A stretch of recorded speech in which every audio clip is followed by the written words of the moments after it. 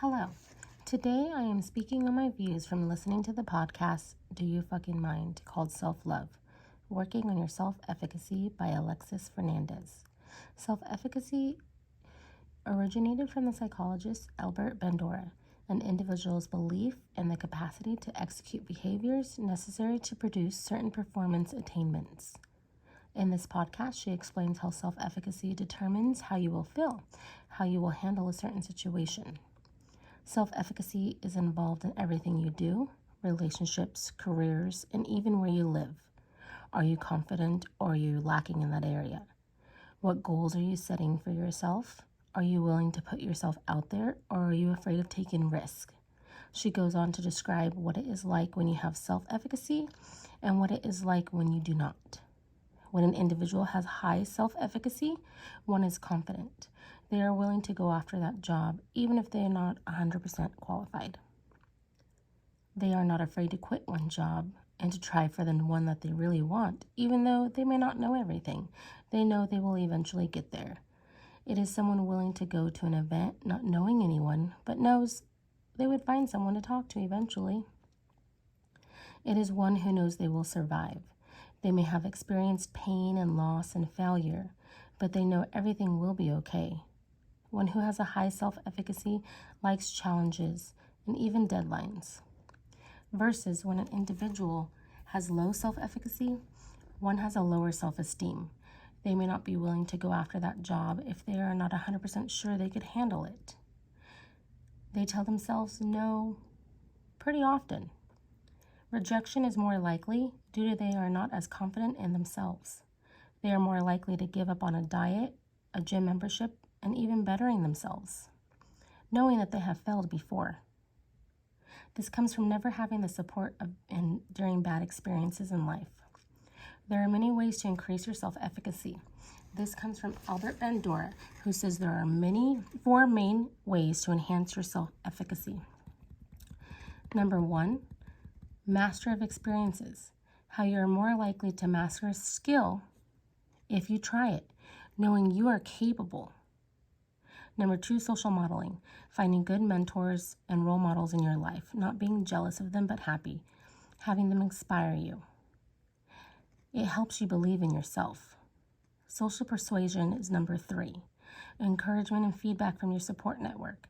She explains how if you cannot find someone in your group of friends to support you, you need to find better friends, which really spoke to me because I recently have met an amazing group of people who have really supported and encouraged me lately. Number 4, psychological responses. How you react instinctively. If your anxiety is high, your mood changes and you will not want to do something. I chose this topic because I have been on both sides of self-efficacy. Almost 3 years ago, I started a gym. I was overweight, unhappy with my appearance and my overall self. One night, I decided enough was enough and said to myself, I need to put myself first.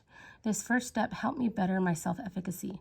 Yes, I lost weight, and I even felt healthier and stronger than ever before.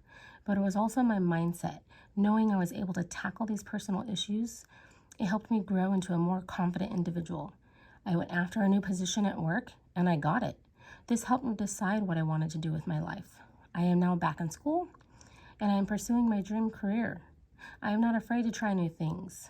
As before I changed my mindset, I would have been so afraid to do it, thinking I would just fail. I have always had low self-esteem and anxiety growing up. After changing my habits, though, I grew to love myself. I no longer needed anxiety medication. I was no longer afraid. Self-love and self-efficacy interested me because I chose to make myself better. And so can many others. Prior to this podcast, I was not sure what self-efficacy was. Listening to her podcast helped me realize how you could go back and forth between having it and not. This was surprising to me at first, but then I realized at times I tend to revert back to my low self-efficacy when I am not giving myself my all. After listening to this podcast, I could see how self-efficacy affects many aspects of your life. I always use the phrase karma, or as others say, do good to others and good will happen to you. Self-efficacy is a lot like that. If you believe you could do it, whether you can or cannot, it is the mindset that will help you get there. This shifted my view on this a bit because it is what you put out there in the universe. that will make you who you are. One thing I still question about self-efficacy, though, is can you be born with it? This podcast explains how one can improve it and one environment helps. But what about those who are children? Are those who are confident from birth going to have self-efficacy?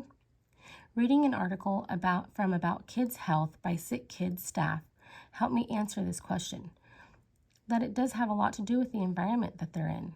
How children at a young age generate self-efficacy when they overcome obstacles, when they are praised for their efforts and not just their abilities.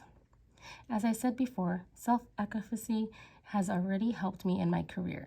If I had not gone after a management position in my current employment, then I would not have led me to human resources and back to college to finish my associate's degree, and on to obtain my bachelor's in human resource management.